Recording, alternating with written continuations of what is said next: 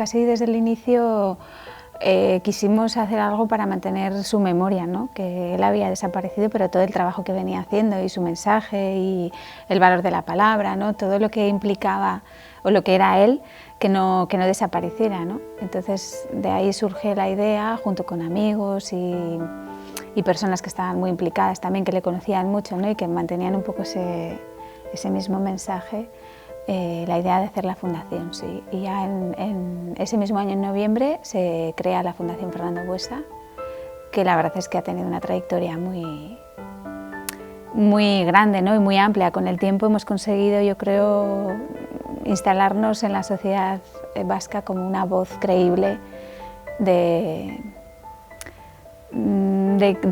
cuál es el papel de las víctimas, ¿no? A nivel de convivencia, de cohesión social. Al final yo creo que el trabajo de la Fundación ha ido unido a los tiempos que tocaban vivir, ¿no? Mientras ETA seguía matando, pues era un trabajo más por la paz, ¿no? por acabar, ¿no? Con el terrorismo de ETA, y después ha sido ya un trabajo más centrado en la convivencia. Sí que puedo decir que hay cosas que se están haciendo mal por todas partes. Por parte de unos y por parte de otros, que intentan blanquear el terrorismo y los que intentan negarlo, o los que intentan pasar páginas sin acordarse para no acordarse de lo que ha ocurrido en este país en los últimos 50 años. ¿Qué es lo que habría que hacer? Pues sinceramente no lo sé. Estoy viendo demasiado odio, demasiado miedo a hablar en público, a expresar en público las opiniones personales de cada uno, incluso la profesión, contar con los vecinos o con los amigos en la calle, contar tu profesión o a lo que te has dedicado durante muchos años. Sigo viéndolo, y aquí ahora mismo en el País Vasco no es que se respire mal ambiente, se respira bien, hay muchísima más libertad de la que había antes, pero sigue habiendo ese temor, ese miedo a expresarse libremente. Desde un primer momento, con un mensaje ético constructivo muy claro, que llamó mucho la atención, porque era una época en la que se mataban varias bandas terroristas, había muchísimas víctimas, y yo hago un llamamiento directo no solamente a las víctimas de ETA y grupos afines, sino también a las víctimas del contraterrorismo, para encontrar un camino diferente. Y muestro la intención, muy poco organizada todavía, de querer hacer algo.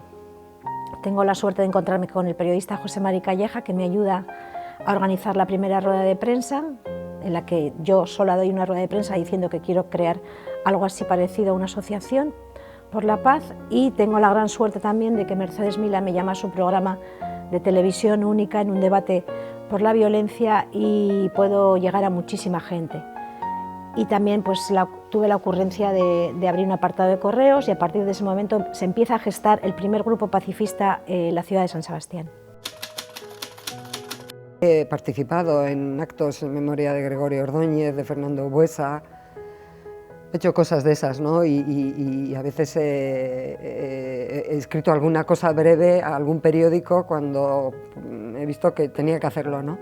Pero en lo que es un trabajo activo para tratar de aportar mi granito de arena a que lo sucedido se recuerde en su integralidad, es decir, para contar cómo fueron los asesinatos que cometió ETA en nuestra comunidad y en toda España, con las características que tuvieron las persecuciones y las actividades violentas de ETA en general y los asesinatos en particular, pues intentar que no se edulcore la manera en la que actuó, ni se oculte el móvil político por el que se actuó, que se cuente todo, ¿no? con todos sus detalles, que no se quiera ocultar la ignominiosa manera en la que se mató a muchas personas, porque pues quienes han mirado un poco cualquier libro, por ejemplo el Vidas Rotas, pues se ve claramente cómo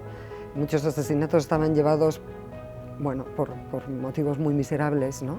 Todos en general, pero algunos de una manera muy gráfica. Mi compromiso fue al final conmigo mismo, ¿no? y acuñé una frase, ¿no?, como definición de la dignidad, ¿no? Dignidad es seguir siendo uno mismo cuando seguir siendo uno mismo es lo que más puede perjudicarte.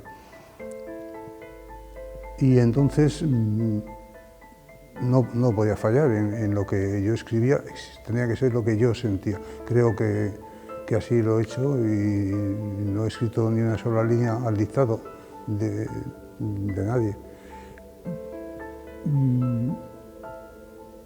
Influir, pues la verdad es que ves un fenómeno que está arrollando y que a veces pues, te sientes implicado, ¿no? Hay un chiste, la verdad es que tienes que defenderte con cierto sentido del humor de todo esto, porque es muy macabro, ¿no? Decía, mi general, han llegado los voluntarios, dice, bien, que los desaten. Pues probablemente todos los que estábamos comprometidos en esos movimientos éramos esos involuntarios señores que en una historia, en un lugar, en un momento determinado, habían coincidido y quisieron seguir siendo ellos mismos y no perder la dignidad, ¿no? Fue una travesía muy dura, viviendo en un pueblo en el que yo he de reconocer que jamás se metió nadie conmigo, o sea, nunca, en el más mínimo sentido, pero también he de decir que en el mismo sentido que no se metieron conmigo, vinieron a darme una palmada, o qué tal estás, no sé si por miedo, por temor, por vergüenza. Yo pienso que la inmensa mayoría era por eso, sobre todo miedo y temor. No porque estuviesen de acuerdo con el asesinato de mi padre, lo sabía y los hay, pero la inmensa mayoría yo creo que les daba corte. Incluso en el trabajo, prácticamente nadie, cuando volví al trabajo, después de Reyes, salvo uno que recuerdo que me dio una palmada, nadie me dijo nada. Yo sí que noté que algunas personas me hicieron el hueco, no sé si por miedo a que les pasase algo o porque yo les iba a resultar contaminante, pero bueno, gracias a echarle valor al trabajo con mi mujer, con mi difunta madre, pues hicimos una piña entre los tres, pero a nivel social, repito, no puedo decir que se metieron conmigo, pero tampoco nadie del pueblo, ni del ayuntamiento, ni organizaciones cívicas si es que las había, nadie vino a darme consuelo, un abrazo, una palmada, simplemente nada. Hay un elemento final que me es imprescindible citar, que es lo que Reyes Mate y algunos otros pensadores llaman la ética compasiva. Para mí la ética fue más importante que la fe, ¿no? Dejé la fe y me incorporé a la ética, ¿no? Y desde luego la ética compasiva, que afecta a nuestro tratamiento de las relaciones interpersonales en temas vinculados al derecho penal, ¿no?, entre otras muchas cosas, pues me parece que es imprescindible, ¿no? Soy de los que lleva muchos años ya diciendo que nuestros abogados, nuestros asesinos de Atocha, se merecen un mínimo respeto, porque son personas que en un Estado de Derecho tienen algunos derechos, aunque parezca mentira, algunos derechos tienen. Por ejemplo, no pueden ser condenados a muerte, esto después de la Constitución, tienen que tener una tramitación de sus asuntos pues suficientemente adecuada, etcétera, ¿no? Me parece que eso, en relaciones personales, en todo tipo de relaciones sociales, es imprescindible para poder creer de verdad en el futuro, ¿no? Cuando llego a casa las cosas se complican mucho.